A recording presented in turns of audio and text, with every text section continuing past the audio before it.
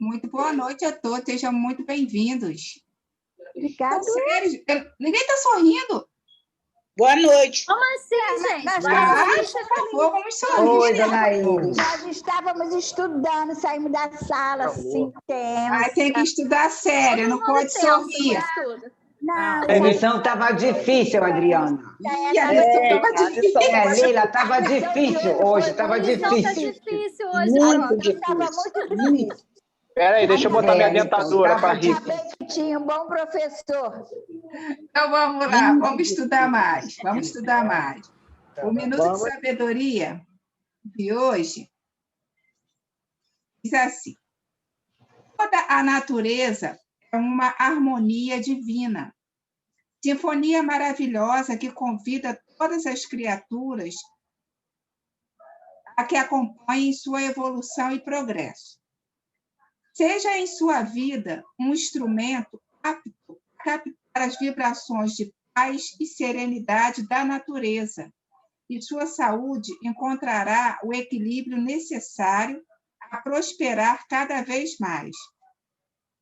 Viva de acordo com as leis da natureza e com o espírito voltado para Deus. E Deus está representado o tempo todo na nossa frente, né? No céu, nas árvores, nas folhas, nas movimentações dos ventos, das ondas. Então, que a gente possa ver essas criações de Deus como energia pura para nos equilibrar. Muito boa essa página. Vou pedir Carlos para fazer a nossa prece. Carlos está aí? Ele caiu, né? Carlos está aqui. Carlos está aí? Carlos Mariano?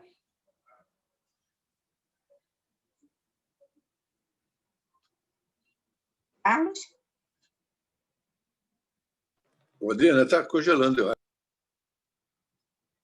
Sandra, você me ouve? Sandra? Agora voltou, Adriana. Agora estamos ouvindo. Tá bem. Acho que é a internet. Agora sim, agora que eu te ouvi. Sou eu mesma? Você pode fazer. Depois eu peço o Carlos para fazer a final, tá bom? Obrigada, Sandra.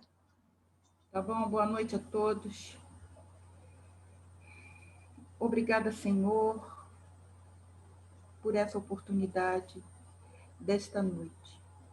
E que possamos, Senhor, aproveitar esse estudo e tenhamos forças para praticar todos esses ensinamentos desta noite. Que Jesus nos abençoe e nos proteja, hoje, agora e sempre. Graças a Deus, graças a Jesus. Assim seja, graças a Deus. Hoje quem vai fazer o estudo vai ser o Roberto, ele vai substituir a Inês. A gente está trabalhando o Evangelho segundo o Espiritismo, é o capítulo 18, muitos chamados, poucos os escolhidos. Ele vai fazer a leitura e o comentário do item 2, o 5º parágrafo. Bem-vindo, Roberto. Boa noite, pessoal. Tudo bem?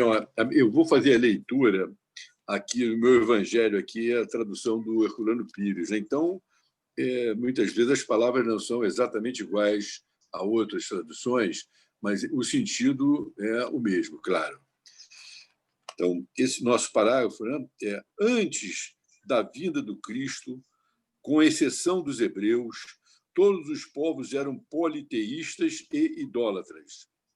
Se alguns homens superiores haviam atingido a ideia da unidade divina, essa ideia, entretanto, permanecia como sistema pessoal, pois em nenhuma parte foi aceita como verdade fundamental, a não ser por alguns iniciados que ocultavam os seus conhecimentos sob formas misteriosas, impenetráveis à compreensão do povo.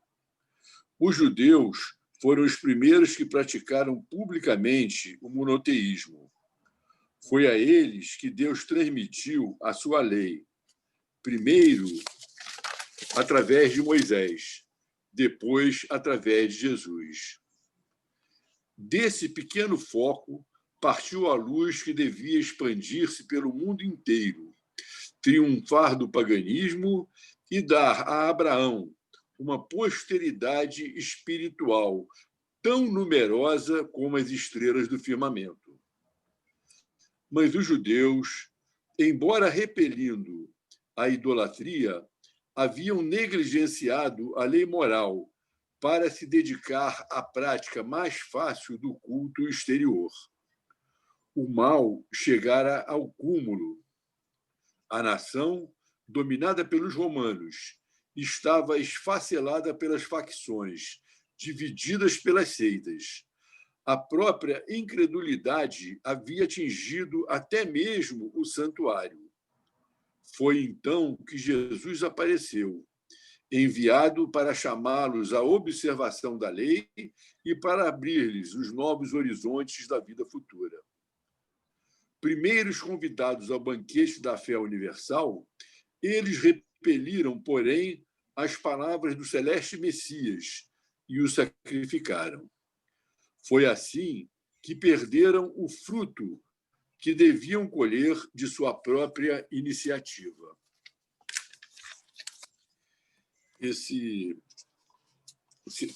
Essa parábola, né, foi a última parábola que Jesus contou. Essa parábola ela foi dita, né, antes do sermão profético, né, que antecedeu, né, que aconteceu pouco antes do martírio de Jesus.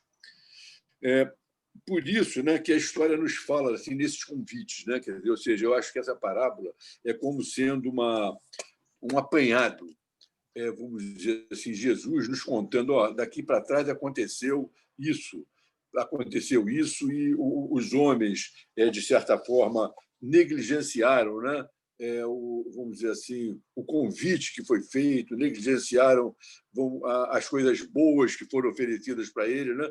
Primeiramente, nós vimos Moisés, né?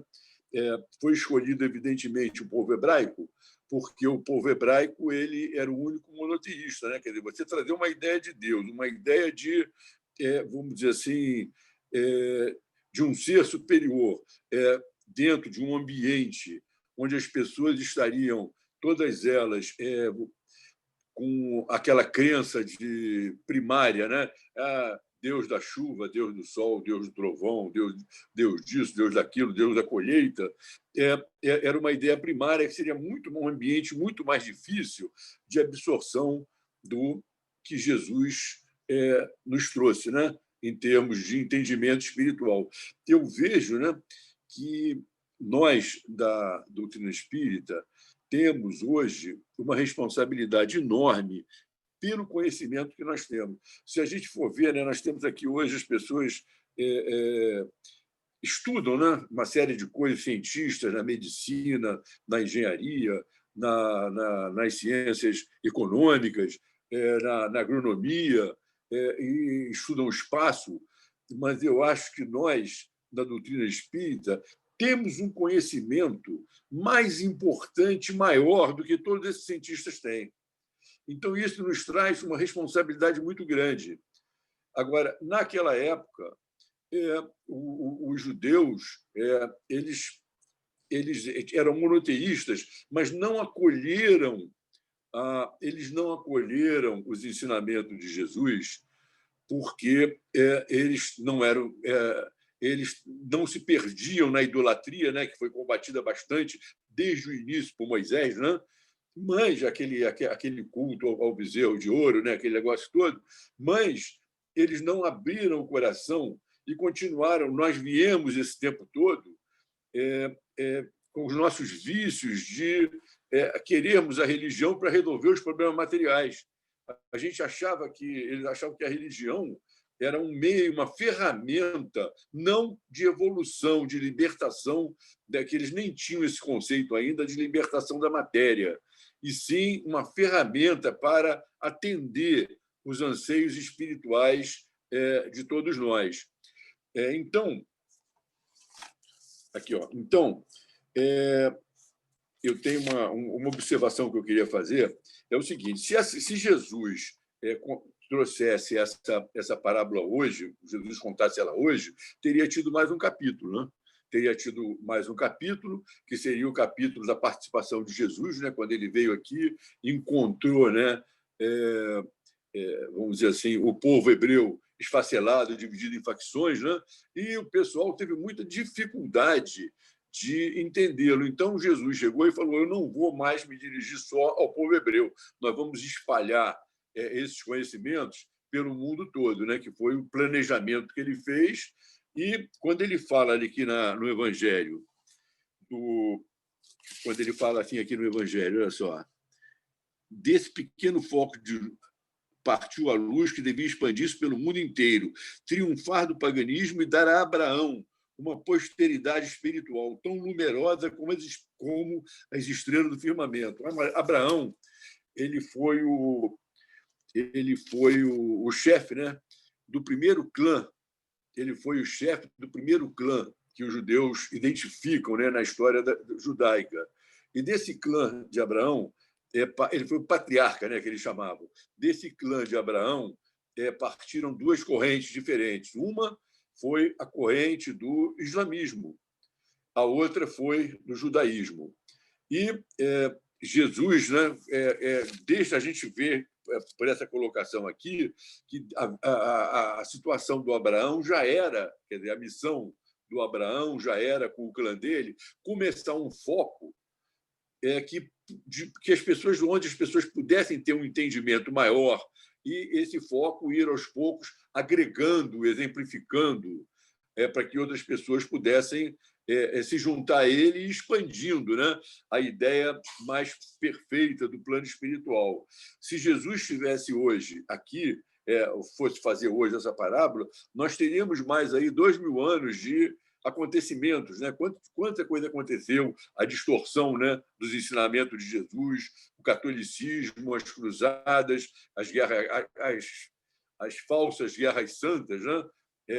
Que em nome de Jesus, que nada mais eram do que guerras para pilhar, com interesses econômicos, né?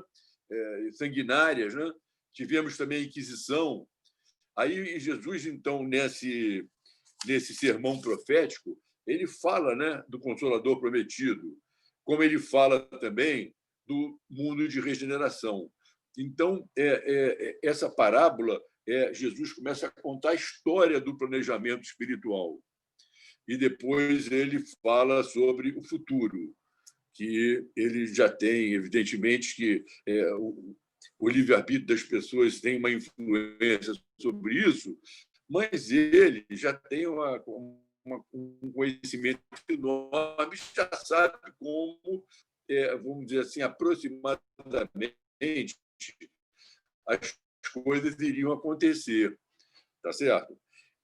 E tem uma advertência aqui muito, né, da túnica, vamos dizer, quando ele fala da túnica, né, nupcial, aquele que não está. O espírito superior, quando chega no ambiente, pode ter não sei quantas pessoas, ele olha e imediatamente ele vê, ele percebe a situação espiritual de cada um, vamos dizer, aquilo que a gente pode chamar pela túnica que cada um, que nada mais é do que o corpo espiritual, as emanações do corpo espiritual. E só vai ficar no festim aquelas pessoas que tiverem a túnica dela, ou seja, o corpo espiritual compatível. E o corpo espiritual compatível vamos dizer assim, uma consequência, né? É uma consequência do que a pessoa está produzindo com ela mesma, né? Aqui, ó, eu vou fazer uma leitura rápida aqui, porque eu sei que o tempo é curtinho, uma coisa que eu achei bastante interessante. Já o último convite, o rei ordena que todos sejam convidados, pobres, ricos, ignorantes e sábios, demonstrando que não era apenas os judeus, mas todos teriam acesso à boa nova do reino. Este momento é representado pela vida de Jesus, pois, segundo o próprio mestre, em Mateus, seus seguidores virão do Oriente e do Ocidente. Jesus e seus servos convidam a todos. Com o advento do Cristo, muitos se convertem, mas, conforme recomendação de Jesus, nem todos que dizem Senhor, Senhor, entrarão no reino dos céus. Por isso que um dentre os convidados foi expulso da festa, por não estar com vestimenta apropriada. As trevas exteriores onde ele foi jogado e que há pranto e ranger de dentes é bem explicada por André Luiz através da mediunidade de Chico Xavier na obra Nosso Lar. A morte nada mais é que o encontro do homem com a sua própria consciência. Qual será, pois, nossas vestes para a grande festa do reino dos céus? Nós, espíritas, temos recebido convites detalhados de todas as partes. Nem mesmo os judeus tiveram tanto acesso ao conhecimento cristão. Vigilância para que não sejamos gênios das palavras e aleijados da ação. Gamaliel, na obra Paulo e Estevão, nos fala que Jesus inaugurou no mundo a fórmula da verdadeira benemerência social, saindo de trás das cátedras e dos púlpitos confortáveis e indo ao campo de ação. Como faremos, portanto, para vestirmos as vestes nupciais? Jesus responde: pois eu estava com fome e me deste de comer. Eu estava com sede e me deste de beber. Eu era estrangeiro e me recebestes em sua casa. E eu estava nu e me vestistes. Eu estava doente e cuidastes de mim. Eu estava na prisão e foste me visitar. Nós sabemos que fora da caridade não há salvação. Então, nós temos que olhar, né, quantas oportunidades nós já deixamos passar, quantas oportunidades quantos convites nós recebemos e não aproveitamos a oportunidade.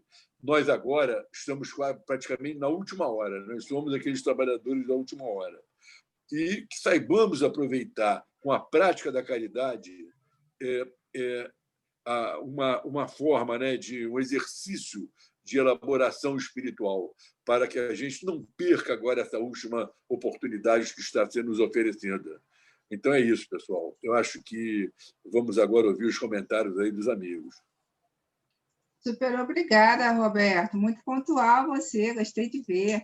Excelente estudo que você trouxe para a gente, muitas informações, né, que corroboram aí as informações que a gente já teve na leitura, mas como o pessoal falou, não é uma leitura tão fácil, né? Então, essa oportunidade de a gente conversar aqui, de vocês trabalharem nos grupos e você trazer o trabalho, né, bem estudado para a gente, acho que esclarece bastante. Então, eu te agradeço muito. A gente vai passar para o primeiro grupo, que é o Ivone Pereira, ficou com o próprio Roberto, com o Zé e a Regina. Quem vai falar pelo grupo?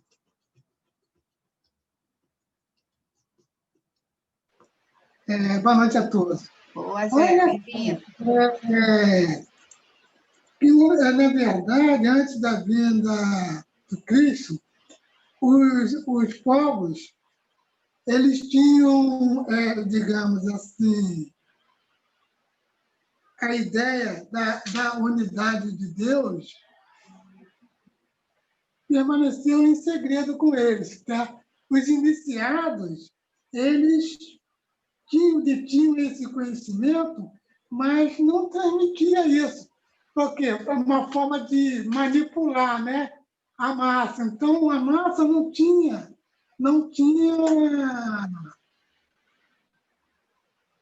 ele mantinha isso sob um mistério impenetrável para as massas. Os hebreus foram os primeiros a praticar publicamente o monoteísmo. E aí, o Jesus transmitiu a sua lei primeiramente por via de Moisés. Então, Moisés veio para passar esses ensinamentos para os hebreus, né? Os hebreus. E naquela época existiam facções, então seitas, entendeu? Então desvirtuaram o que realmente é o cristianismo, né? Então eles se manipulavam. Então a vinda de Jesus foi para dar uma diretriz, uma orientação. Então foi preciso que Jesus viesse para passar essas informações, esses ensinamentos. E as pessoas, quando eram convidados, tem um trecho aqui que eles, quando foram convidados, muitos maltrataram, praticaram barbaridades e estavam não estava atento à moralidade, né? Então, é esse o meu entendimento. Muito bom, Zé. Obrigada pela tua contribuição, por falar pelo teu grupo. É exatamente isso que você falou. Juntando com o que o Roberto disse, né? Vamos aproveitar essa vinda de Jesus e o convite que ele nos faz todos os dias, na verdade, né? Para ver qual é a roupa que a gente está usando para essa festa. Muito bom. A gente vai para o grupo Meimei, ficou com o Jorge, a Leila, a Sandoca. Quem vai falar pelo grupo? Bem-vindos. Oi, Adriana, sou eu. Vamos lá, Jorge. Bem-vindo. Bem? Tudo ótimo. Primeiro, assim, parabéns ao Roberto, porque a fala dele foi bastante profunda, trouxe bastante informação, um texto que realmente não é muito fácil. Mas a Leila e a Sandra, a gente foi destrinchando o texto todos juntos, né?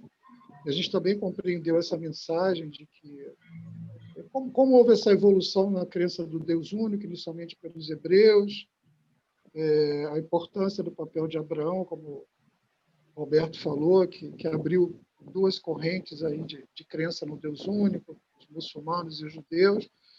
E também falamos sobre como os judeus, depois de terem evoluído para essa crença, eles foram desviando das leis morais mesmo, se afastando das leis morais e se apegando mais no externo, né, na valorização, na política, né? O Mário já falou tanto aí dos fariseus e dos saduceus. E aí, quando Jesus chegou, encontrou esse tipo de terreno, né, para falar. E daí a dificuldade que ele também encontrou e a rejeição que ele encontrou no meio do próprio povo dele. Né? E aí até a fala no finalzinho do parágrafo comenta que eles judeus, né, perderam uma grande oportunidade ali. É claro que houve muitos judeus convertidos, né, que viraram cristãos e que contribuíram para expandir a mensagem de Jesus, mas também houve ali muita gente que até hoje se nega a entender essa mensagem de cunho mais moral, de pensamento no futuro, na vida futura. E esse era o grande objetivo da mensagem de Jesus. Mas bacana também a fala do Roberto, de que talvez realmente a gente esteja lá no último momento, né, na última oportunidade dada por Deus, porque Deus deu desde a época lá de Abraão, Moisés, Jesus, profetas, a Igreja Católica, a Reforma Protestante, o Espiritismo cristão, né, ele está tentando dar uma oportunidade para a gente acordar de várias formas. Né? Vamos ver se realmente a gente acorda, porque vai ter uma hora que vai ter que separar o joio do trigo, né? Como o Roberto lembrou. Aí não vai ter jeito.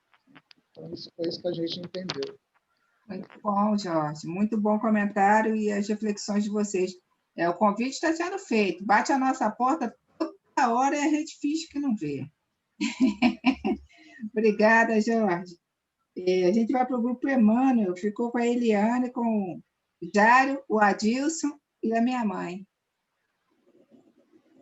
Quem vai falar? Eliane? Tá bom. O Jário comprou a dona Iris, hein? É o meu protesto. Coagiu ela, comprou não, coagiu. Meu Deus. Adriana, assim, boa noite, pessoal. O entendimento, né, que meu grupo teve, eu não sei se eu vou conseguir expressar o entendimento do grupo, porque eu estou com dificuldade, mas, assim, resumindo, antes de Jesus, como diz o texto, né, eles eram idólatras e acreditavam em mais de um Deus. E aí, hoje, lendo isso aqui, eu fiquei pensando, por isso que os hebreus foram escolhidos, né?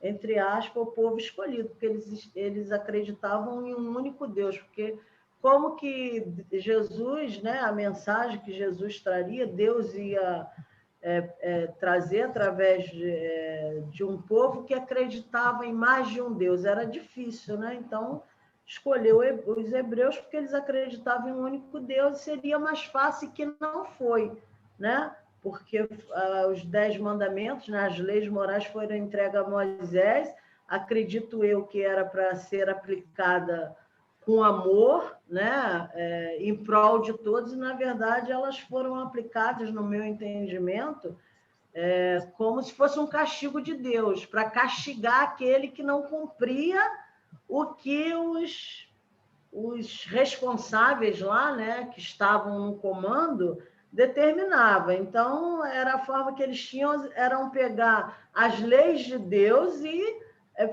castigar quem não cumpriu o que eles queriam.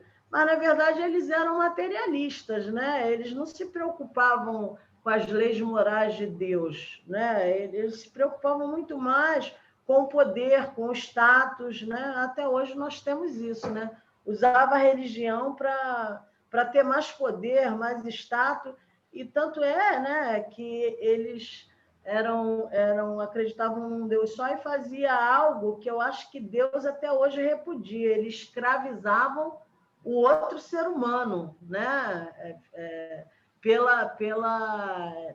Para satisfazer a necessidade deles, né? E aí Jesus veio, tanto é que Jesus veio e falou: eu não vim destruir a lei, eu vim cumprir a lei, né? Mas trazer a lei, conheceis a verdade vos libertará. Hoje eu entendo o que Jesus quis falar com isso, porque eu estou aqui me libertando e o conhecimento liberta. Por isso que muitas das vezes não é interessante trazer o conhecimento de uma forma ampla, né, para todos, porque já pensou todo mundo liberto, todo mundo pensando tirando as suas conclusões, né, pelos seus pensamentos, estudando, indo atrás, buscando, não seria a sua parte, né? Para alguns, né? É o que a gente vem falando. Obrigada, Eliana. É a sua parte, né? A nossa parte. Nós é que temos que fazer, buscar. Você concluiu muito bem. Obrigada por falar pelo teu grupo. Vai para o Herculano Pires, ficou com o Carlos, a Sônia e a Olívia. Bem-vindos. Quem falará? Oi, eu que vou falar. Boa noite. Bem-vinda, amiga. Esses 2 parágrafos, como o Roberto falou, os grupos estão falando, é a própria história da humanidade em relação à espiritualidade. O ser humano mesmo, o homem das cavernas, sempre procurou uma explicação para as dúvidas, porque nós sabemos que somos frágeis. Até hoje nós não entendemos a morte. Nós temos medo, nós temos angústias. Então, a explicação, a procura de um Deus no início, deve ter sido assim, uma coisa mágica. Como o Roberto falou, é o Deus do Sol, o Deus Lua, o Deus do Trovão. Os nossos índios, quando o Brasil foi descoberto, ou foi achado, eles estavam na Idade da Pedra, e eles eram realmente de natureza. Os romanos, os gregos, já tinham deuses humanos. Então, os deuses gregos brigavam entre si, tinham um ciúme do outro, criavam tanto caso. Era assim, uma grande família, todo mundo brigando com todo mundo. Sabe? O rei não, o Deus casado com outro Deus, traía outro Deus, tinha aquele escondido. Era a própria humanidade. Mas tinha um povo que acreditava num Deus, que eram os hebreus. Então, por isso que, há 1.500 anos antes de Jesus vir à Terra, veio Moisés com a incumbência de libertar os hebreus, que eles eram escravos no Egito. Posso acabar de contar a história? E aí os hebreus foram conduzidos por Moisés. Aí é uma história comprida, tem até um filme, novela, assim, ó. E então, os 10 mandamentos, o povo não entendeu. 1.500 anos depois, Jesus veio explicar o que eram os 10 mandamentos, porque ninguém tinha entendido nada. Estão fazendo as mesmas coisas erradas. E continuou errado. Jesus veio e continuou errado, porque não foi reconhecido. Os hebreus queriam um Moisés de novo, ele queria que alguém libertasse eles dos romanos, como antes tinha sido liberto do Egito. E eles não entenderam que a libertação é de nós mesmos. A Helena agora falou, Eliane, essa é a maioria, não são todas as pessoas, elas se submetem. Elas não querem se libertar pelo conhecimento. Não é? Então, assim, essa é a nossa tarefa aqui, de nós pensarmos, né? Desculpa, falei muito, mas acho que vai vir. Excelente. Muito bom o teu comentário, minha amiga. Obrigada por falar pelo grupo aí de Soninha e Carlos. E a gente vai para o último grupo, é o Bezerra, ficou com o João, Mário e Sâmia. Bem-vindos. Quem vai falar? Oi, vamos lá, boa noite. Rapidinho, pegando um gancho no Roberto, na Olívia, né, tanto no passado quanto no futuro. Vamos pegar um gancho para dizer o seguinte: lá no passado, quando os exilados de Capela, Jesus se compareceu naquela assembleia e falou com todos eles, disse a eles que ele retornaria para ajudá-los e para ajudar a conhecer a verdade, para libertá-los. O que acontece? Os judeus foram aqueles que conseguiram conservar essa memória e cultivar isso. Todos eles receberam, os hindus, os árias, os egípcios e os hebreus. E os hebreus conseguiram conservar, porque Jesus não escolheu os hebreus. Na verdade, os hebreus conservaram essa ideia monoteísta, o que facilitou a propagação, a multiplicação das ideias a partir daquele povo. Foi isso que aconteceu, baseado no livro Exilados de Capela, não é?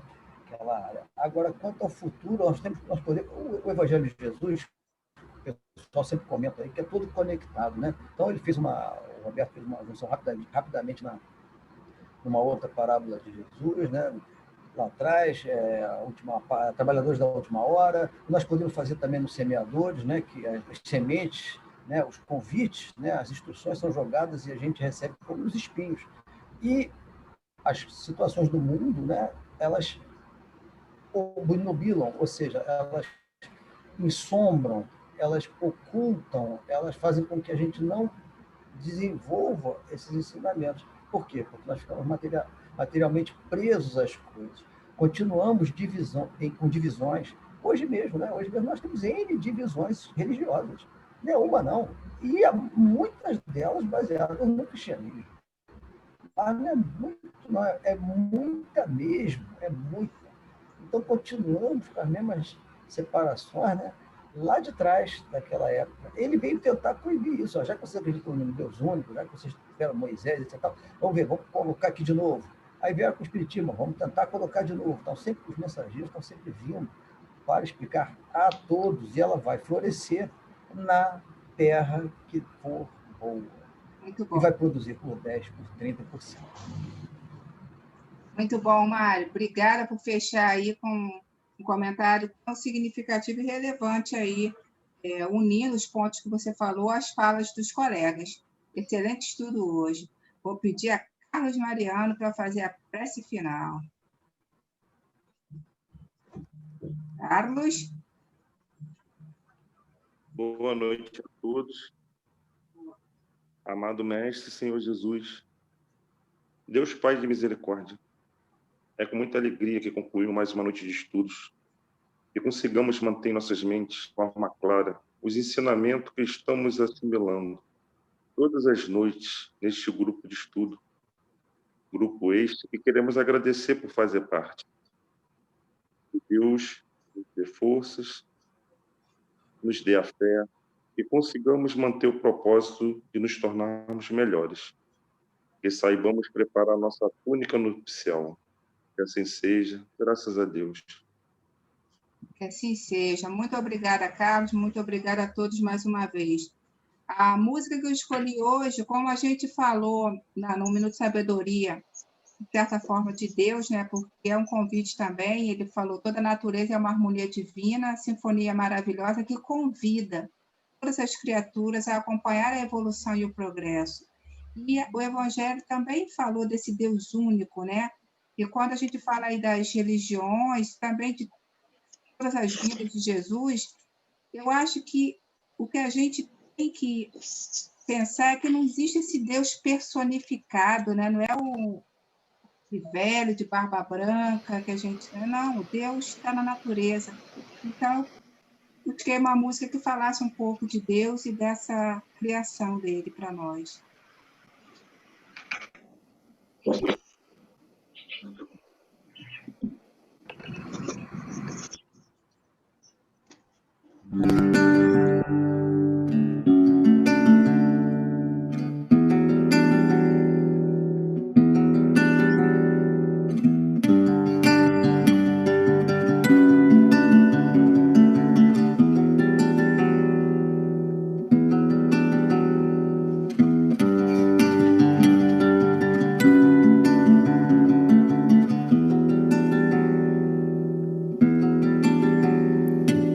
O vulcão que espelha a lava e o raio que atravessa o céu. Duas forças tão distintas, sim, mas que para mim representam uma força é Deus que constrói e destrói para reerguer e reformar, renovar, multiplicar sua vontade através de nós, simples seres que alimentam o desejo eterno de amar. Vejo a chuva que ao cair renova a vida onde molhar. Sinto o vento tão intenso que faz mover as ondas do mar. É Deus que constrói e destrói para reerguer e reformar, renovar, multiplicar sua vontade através de nós, simples seres que alimentam o desejo eterno de amar.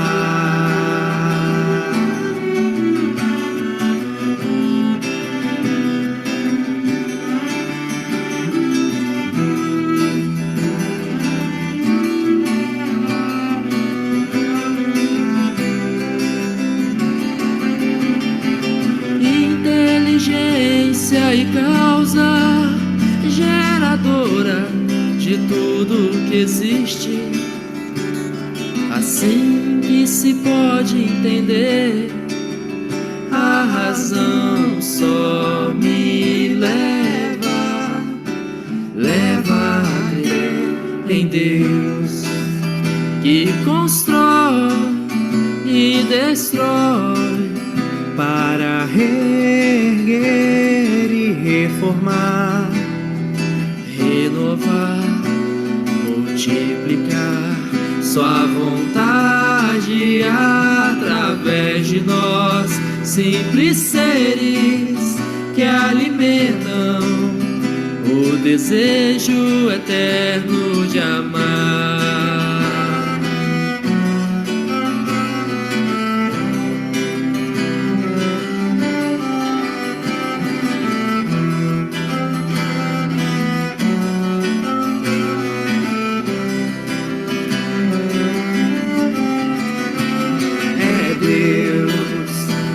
Constrói e destrói para reerguer e reformar, renovar, multiplicar sua vontade através de nós, simples seres que alimentam o desejo eterno de amar.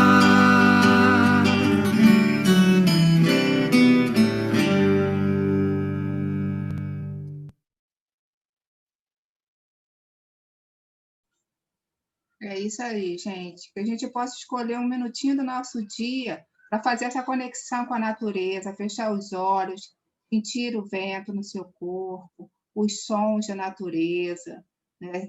O cheiro, né? E tirar 5 minutinhos do nosso dia para fazer isso, a gente está meditando. E aí a gente está em conexão com Deus. E a gente vai ficar bem mais calmo. Lembra da música de ontem, né? Calma. Então, é isso que a gente precisa para ficar com essa conexão por mais tempo, né, com Deus, em equilíbrio. Beijo carinhoso em todos vocês e muito obrigada pelo estudo excelente de hoje, como sempre. Boa noite. Boa noite. Boa noite. Boa noite a todos. Boa noite, pessoal. Boa noite. Boa noite. Boa palestra, viu, Roberto? Muito bom. Boa noite a Boa todos. noite. Boa noite. Aleval,